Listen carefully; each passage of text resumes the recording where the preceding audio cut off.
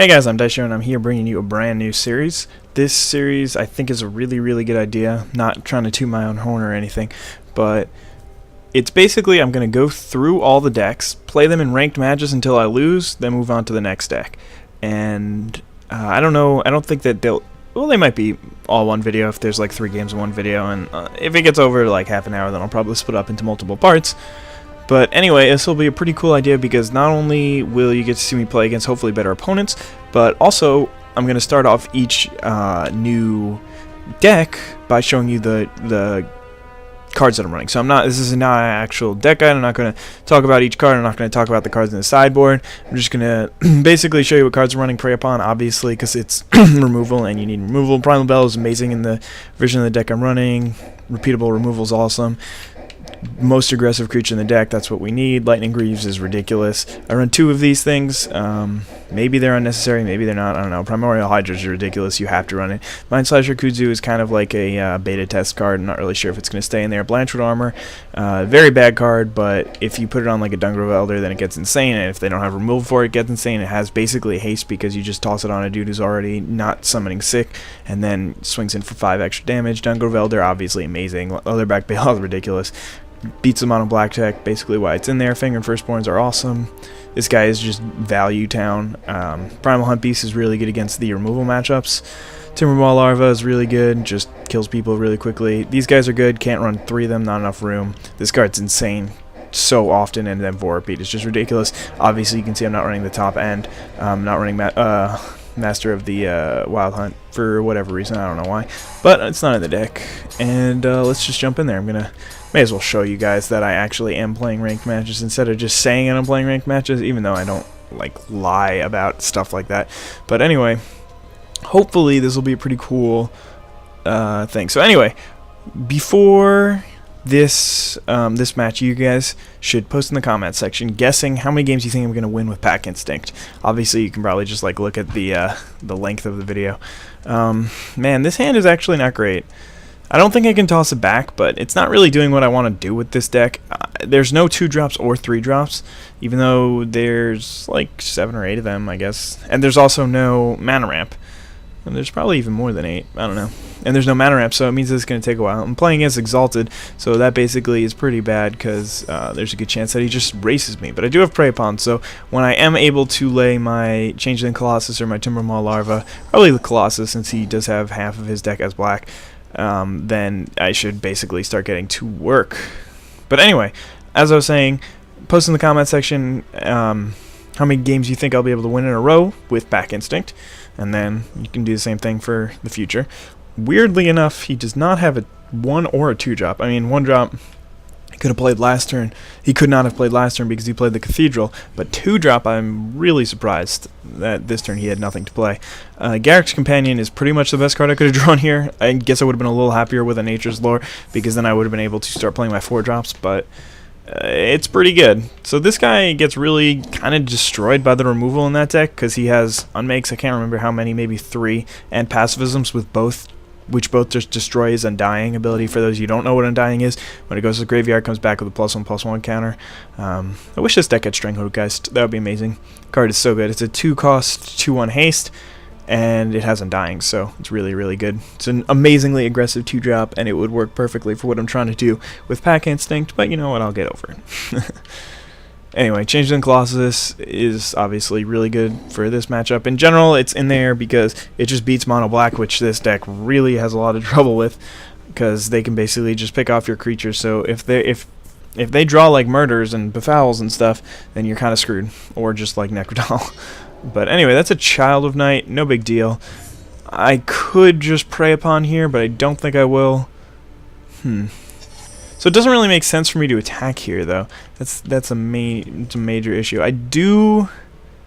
Yeah, I'm not going to attack here, because if I swing it for 3, he just gains the 3 back next turn with this Cathedral, and he also deals damage to me, so may as well just block this turn. Or, I mean, I'm not actually going to block.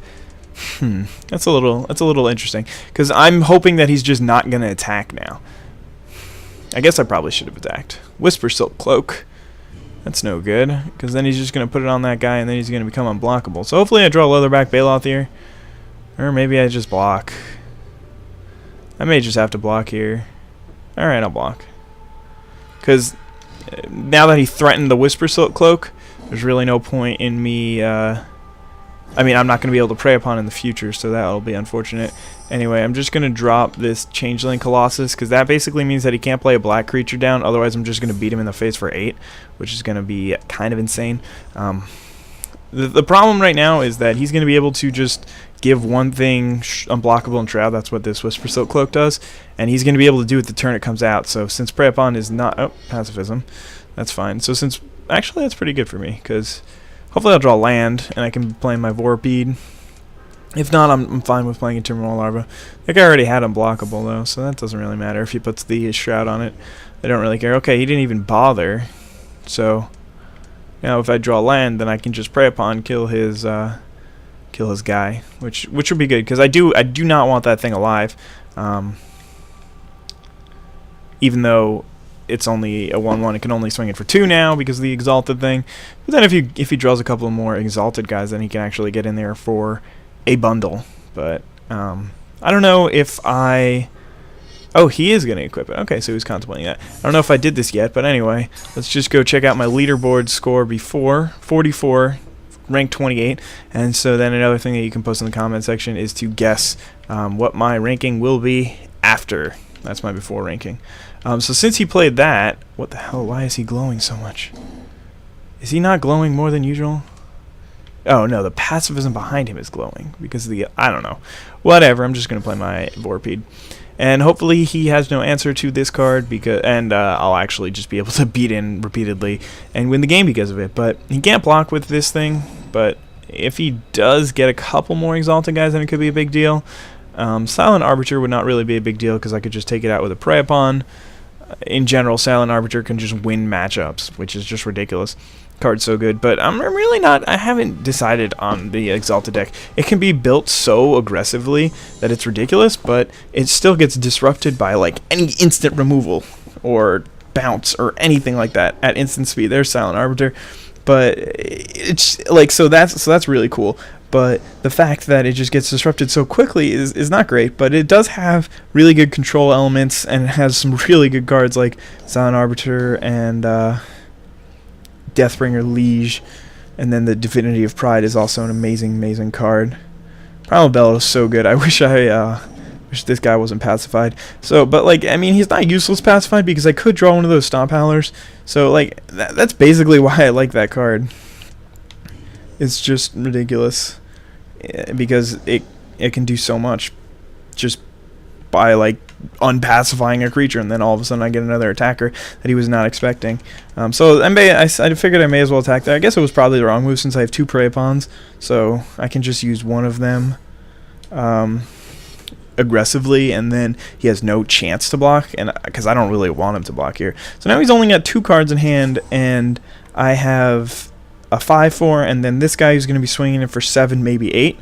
And then I do have this Primal Bellow. So if he doesn't really have anything here, still I'm considering that nothing because I can just kill it with prey upon. And now he's got 0 cards in hand, so I'm pretty sure that's just game over since I can swing it for 5 with this guy, 7 with this guy. So that's actually not game. Okay, so 5 plus 7 is 12, plus another 5 is wow.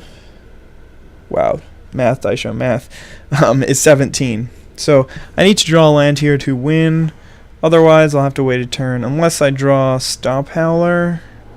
No, that guy still doesn't win. Because then he can just chump block with his Knight of Glory. But I did draw the land, so I am fairly... Oh, nope, nope, nope, nope, nope.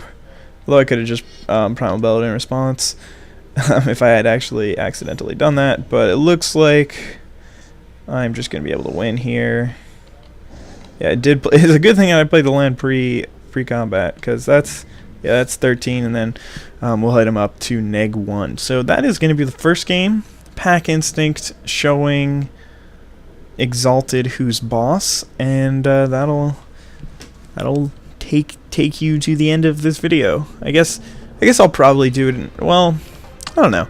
Whatever. I'll stop commentating here, but perhaps it will be in the same video. So anyway, I hope you guys enjoyed this one, and have a wonderful day. Bye.